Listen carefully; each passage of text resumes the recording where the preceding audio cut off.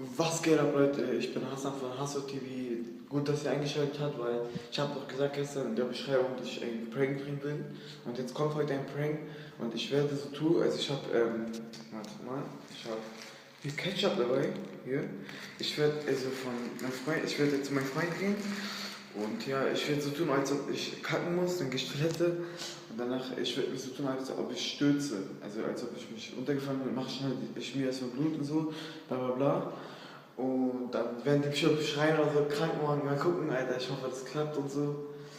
Und jo, wir sehen uns gleich. Okay Leute, ich bin hier, ich bin im Garten jetzt hier. Ich renne jetzt zu ihm.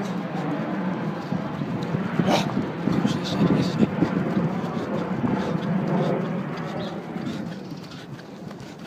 Er wohnt da oben wohnt er. Ich hoffe, man hat es gesehen. Wartet.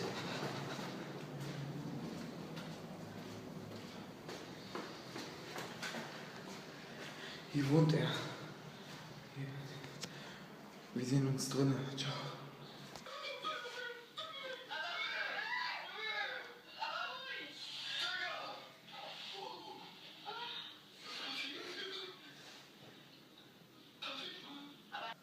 Okay Leute, ich befinde mich gerade hier auf der Toilette. Hier. Okay, wir sehen uns gleich, wenn ich Ketchup jetzt mache, also auf meine Hand mache. Wartet gleich.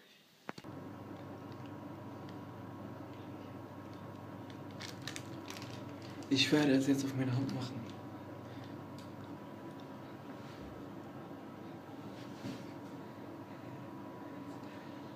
Ah! Ah! Ah! Oh Gott! Komm schnell! Er lügt, man war doch Ah! Meine Hand! Warum lügt er? Ah! Ah, Digga! Was ist das? Oh, Taschentuch. Weil er lügt. Das ist Ketchup, woher hat Allah das ist Ketchup?